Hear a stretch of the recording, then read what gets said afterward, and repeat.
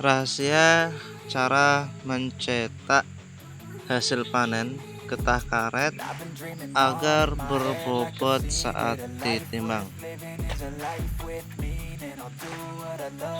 Halo sahabat tani semuanya, selamat datang di channel Petani Sukses.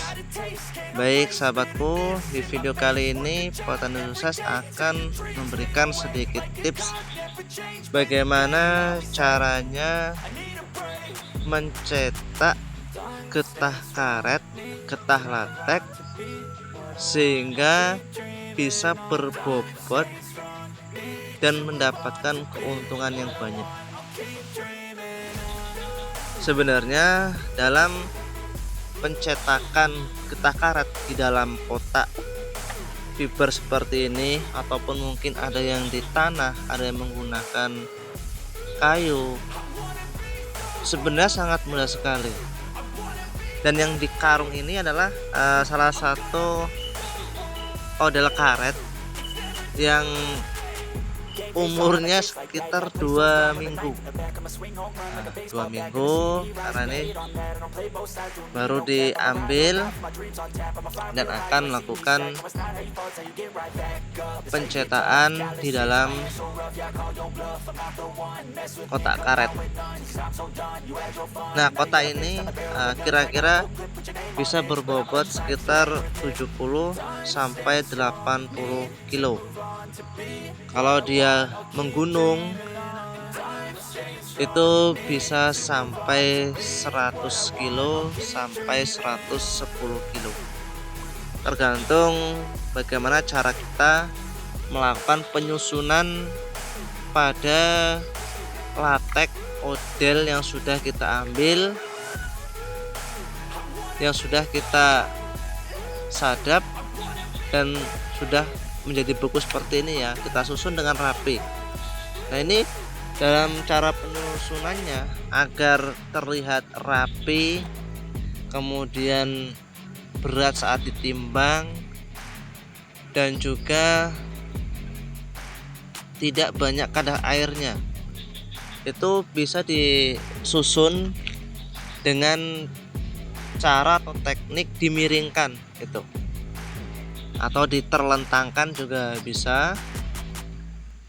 Nah, biasanya kalau latek yang sudah 2 minggu ataupun 1 minggu yang ada di bawah pohon karet, itu biasanya dia tidak lengket kalau disatukan dengan karet yang lain. Harus diberi sedikit cairan, cairan getah yang masih encer, kemudian kita poleskan sedikit demi sedikit.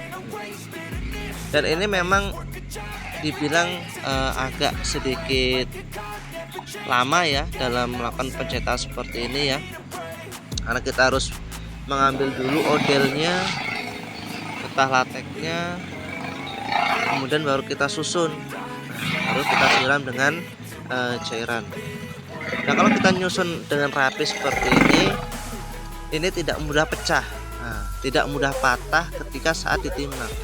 Terkadang banyak dari sahabat tani semuanya yang dalam melakukan penimbangan itu pecah atau patah. Biasanya itu juga bisa menurunkan harga karet, juga bisa menurunkan kualitas karet tersebut. Nah, agar karet ini tetap berkualitas, disusun dengan rapi. Nah, kemudian dalam kita melakukan penyadapan atau penorahan, ini diusahakan jangan ada kotoran-kotoran seperti tatal ataupun daun karet ataupun buah karetnya, jangan sampai masuk ke dalam latek yang sudah membeku. Agar apa? Agar kualitas karet yang kita peroleh saat kita melakukan penyadapan ini bisa berkualitas dan bisa mendapatkan nilai harga yang sangat tinggi. Nah, untuk saat ini di bulan Januari, harga karet rata-rata masih dibanderol dengan harga 10.000 sampai harga 14.000. Dan untuk kategori 14.000 ini adalah karet yang sudah kering ya. Karet yang sudah kering memang kadar karetnya susut untuk airnya sudah sangat berkurang sekali gitu. Dan untuk kategori yang harga 10 ini biasanya masih setelah dicetak seperti ini, besok kita melakukan penimbangan karet. Ini harganya sekitar 10.000. Tetapi memang di tempat-tempat lain, di daerah lain itu memang ada yang harga karetnya masih di bawah harga 10.000. Ada yang 8.000, ada juga yang 9.000. Makanya tidak heran banyak dari para petani karet itu melakukan pencetakan atau penyusunan getah karet itu dikasih banyak kadar airnya. Itu biasanya getah karetnya itu 1 liter, airnya diberi 2 liter, biasanya 1:2.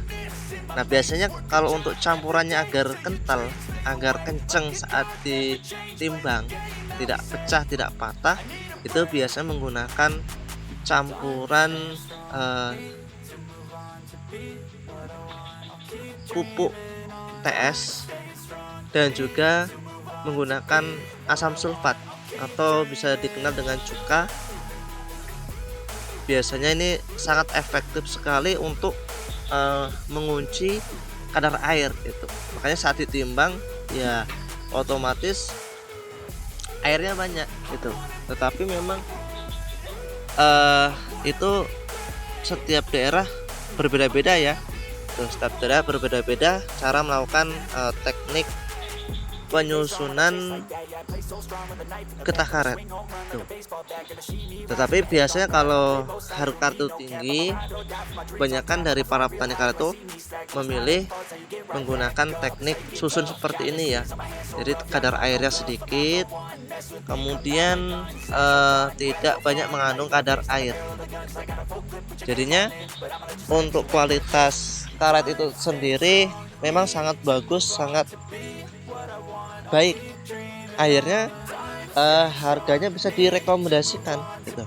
Harganya menjadi mahal, dan untuk para pengepul, para toke pun merasa senang mendapatkan barang karet ini sangat-sangat bagus gitu. Tetapi ada juga ya petani karet yang ya tidak banyak ya yang melakukan kecurangan dengan cara melakukan pemberian tatal kulit kulit karet dengan daun, dengan diisi air, dimasuk di kantong plastik. Ada yang diberi tanah, diberi pupuk, nah sebanyak-banyaknya. Nah ini harusnya dia berpikir ini bisa merugikan dirinya sendiri dan pengepul, dan juga petani karet yang lain ikut merasakan. Dampaknya apa? Harga karet akan turun karena melihat kualitas karet tersebut kotor dan otomatis akan mengalami kerugian. Nah jadinya untuk para petani karet diusahakan tetap menjaga kualitas getah karet tersebut jika ingin mendapatkan harga karet yang mahal. Nah ingat, untuk di tahun 2024 harga karet dunia ini sangat naik ya, naik 1%. 1% itu lumayan. Saat ini harga karet sekitar 1,52 dolar. Kalau dirupiahkan itu sekitar 23.000, hampir 24.000 per kilo. Nah, ini nanti para petani karet juga akan merasakan imbasnya, merasakan akibatnya. Harga karetnya akan mahal kembali. Mungkin di awal Januari ini memang banyak dari para petani karet yang mengalami harga karet turun dengan alasan para pengepul itu harga di pabrik turun, padahal posisi harga karet di pabrik naik. Atau mungkin karena cuaca hujan, kadar airnya tinggi. Nah alasannya macam-macam. Nah ini memang untuk para petani karet dalam memilih pengepul, para tengkulak harus jeli, harus pintar. Jangan hanya mengandalkan satu tengkulak, satu pengepul, tetapi carilah pengepul yang lain juga. Dan juga diusahakan kalau ingin harga karetnya itu mahal, bergabunglah dengan tim UPBB atau dengan cara penimbangan secara berkelompok. Itu bisa menaikkan harga karetnya 1.000 sampai 3.000 per kilo. Yang awalnya harganya 7.000, 8.000 di petani, karena ikut penimbangan di kelompok ataupun di UPBB, harga karetnya bisa 10.000, bisa 12.000. Kan sangat tinggi, bisa naik 1.000 sampai 3.000 per kilonya. Yang untung siapa? Yang untung para petani itu sendiri. Yang penting para petani itu tetap menjaga kualitas getah karetnya, jangan sampai kotor, jangan sampai memiliki kadar air yang sangat tinggi. Jadi antara petani dan para tengkulak itu sama-sama mendapatkan keuntungan. Baik sahabatku, mungkinlah sedikit informasi yang bisa kami berikan. Semoga informasi ini bisa bermanfaat dan menginspirasi. Terima kasih, sampai jumpa dan sampai ketemu lagi di informasi yang berikutnya. Salam petani sukses.